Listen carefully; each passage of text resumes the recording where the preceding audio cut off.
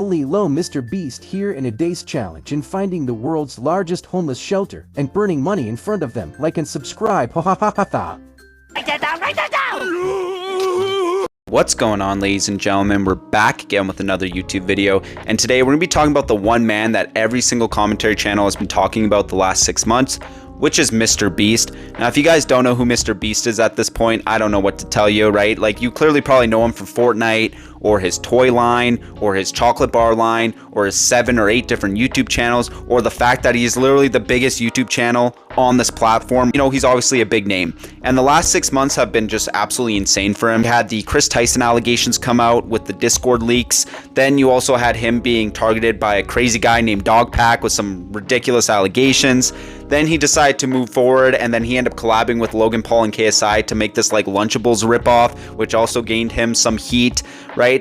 So the dude's been battling a lot, but it seems like recently he's been kind of on the uptick. He disproved a lot of the Dogpack allegations. It seems like things are looking up for him. Now, me personally, you know, reporting on all this, I think, you know, some stuff he has disproved, and obviously I think that did build up his reputation a little bit, but I feel like a lot of stuff he did kind of push under the rug and didn't really talk about. The crypto scam stuff didn't really get looked into. Him hiring a legit sex offender also didn't really get brought up in anything.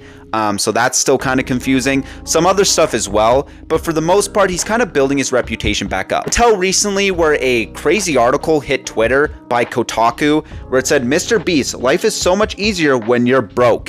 And I'm like, oh my god, dude. After hearing this, I was like, okay, so Mr. Beast is now shitting on broke people. And I think that was a lot of people's initial response, right? There's always this massive disconnect between broke people and rich people. It's been there for centuries, right? Since man began to walk, there's always been a disconnect between people who are extremely successful and extremely wealthy and people who are kind of struggling. I'd say a majority of the world are struggling, right? Especially in this economy. So people are quickly to go after Mr. Beast and say, hey, fuck you, bro. You know, I'm struggling trying to pay rent while you're over here, you know, traveling the world and shit like that, starting Mr. Beast games, stuff like that. When, if you actually look at who tweeted this, it's pretty clear to see that this was a hit piece. It's by Kotaku. Now, I don't know if you guys are familiar with the gaming atmosphere or gaming journalism at all. Their journalists, I'm doing quotations, are some of the worst, and they're very like politically biased towards a lot of things. And for a game journalism site to be talking about Mr. Beast is kind of confusing. Like, I understand talking about like someone like Dr. Disrespect or someone within the gaming atmosphere, but they're just like, yeah, let's go after Mr. Beast. And even though they've already done a ton of Mr. Beast hit pieces, which, by the way, like I said, Mr. Beast does deserve criticisms, but these like fake, you know, like hit piece articles really ruin the actual criticisms that you can have towards Mr. Beast and kind of his practices. I was kind of looking into this when it originally hit my X feed because I wanted to look through it. And after reading the article, I realized that this seems really fishy, especially coming from Kotaku, which is already not a very reliable source. After reading through the article, I was like, this just doesn't sound right. Why would Mr. Beast say this, right? So luckily, you know, they actually did something that was actually good journalism, where they actually linked the interview. So apparently it was from a YouTube channel called Diary of a CEO, and they're interviewing Mr. Beast. And after watching the entire interview, I could not find the part where he called people broke or said, hey, yeah, like my life's harder because you're broke, until I found one clip, which I assumed this is what they meant.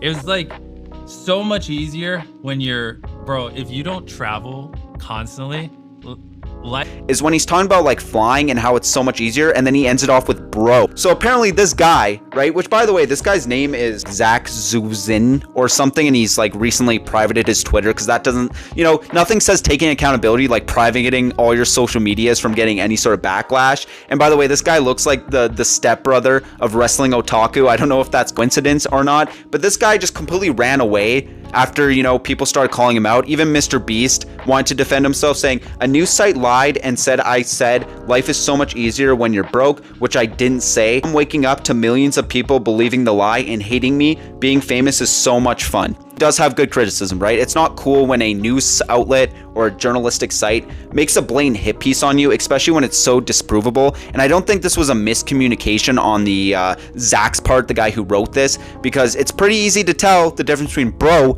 and broke. Those sound completely different. Unless this guy does not speak English as a first like native language, I don't see how you can mess that up. He blatantly mistrued something lied about it and put it as a header on Kotaku. And now you guys might be thinking, well, did Kotaku fix this problem? Did change the piece to something else. It doesn't say like the quote that apparently MrBeast said, which was a blatant lie. It says something else, but at no point do they actually say that they apologize or that they fixed it because this was a blatant lie. They just changed it. They just took out the part where apparently he calls everyone broke or, you know, pulls a Pokemon here.